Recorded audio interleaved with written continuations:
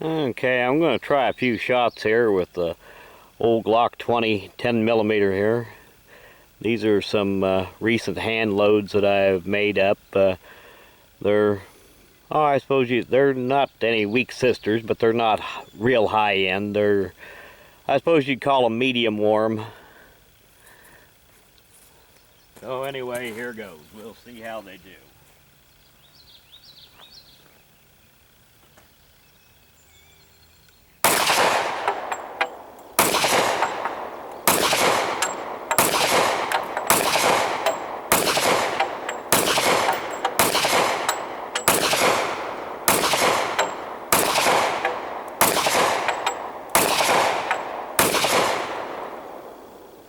Well, it speaks with a little bit of authority.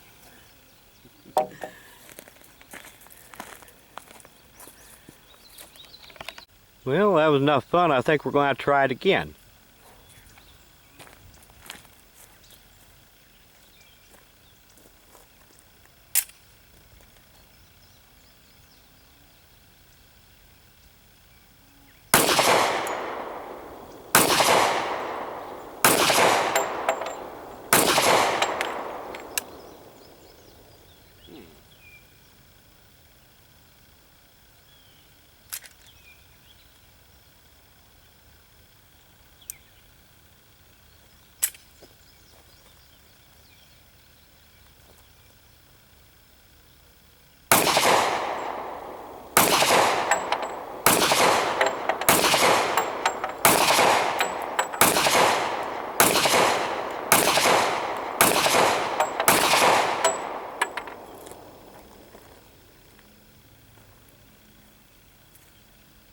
Well, I don't know what the deal was with that, if I had a hard primer there or what, but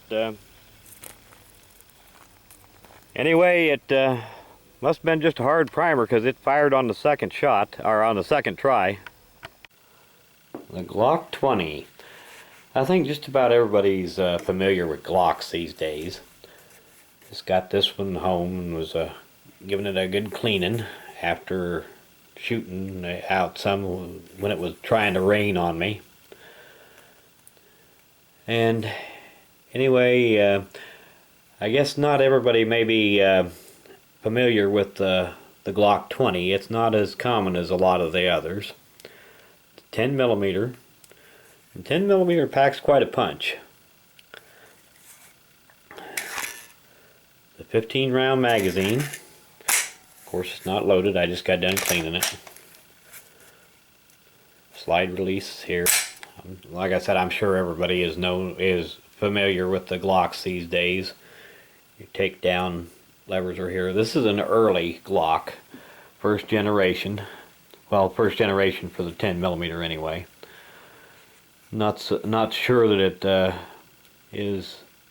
You know, I'm not that much of a expert on Glocks. I'm not sure if it is first generation Glock or if it's just first generation of the 10mm. It's a very early one of the Glock 20s. But anyway, did a little shooting video with it, and I figured I'd tack this on the end of it. Thought I'd give you a good close-up of it before I put it away.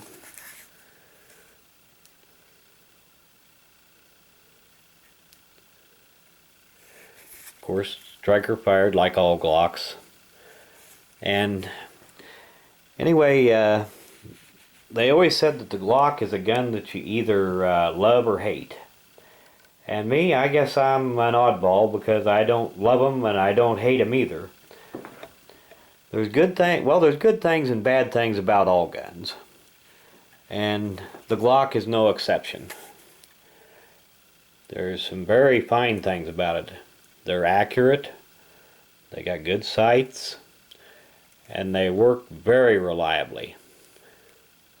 Now today I did have a failure with this one, but I think it was a problem with a hard primer, or maybe a primer set just a little bit too deep in a case. I don't think it was the fault of the gun. Second time I hit the cartridge, it went right off. But I do have a few complaints about the Glock. The first one is that if you want to fire lead bullets in them, you've got to get an aftermarket barrel. I've heard some Glocks don't lead up the barrel too bad if you use lead bullets, but this one does. But 10mm is a pretty hot cartridge. You got pretty high velocity, so it does lead up. You've either got to use jacketed bullets, or else you've got to replace the barrel. And I do like to use lead bullets in a lot of my reloads, just for the simple fact that they're cheaper. And like I said, I know you can get aftermarket barrels that will work fine with lead, but you shouldn't have to rebuild a gun just to be able to use it the way you want to.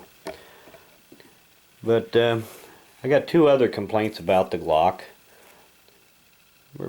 Next one is, and it's kind of subjective, I don't really like the grip angle on them very much. And the balance is kind of top heavy on it. But that's about the extent of my complaints about the Glock. As far as the way they shoot and the way that they work, for reliability, they're accurate. I got no complaints whatsoever about that. So, like I said, I guess I'm just an oddball. I don't hate Glocks, and I don't love them either. But they are good guns, and you could do a lot worse. And I also want to do a end of video shout out here for MinnasotaShooter. And I'll put a link to his channel in the description of this video. If you got time, you might want to go and check him out. Well, thanks for watching.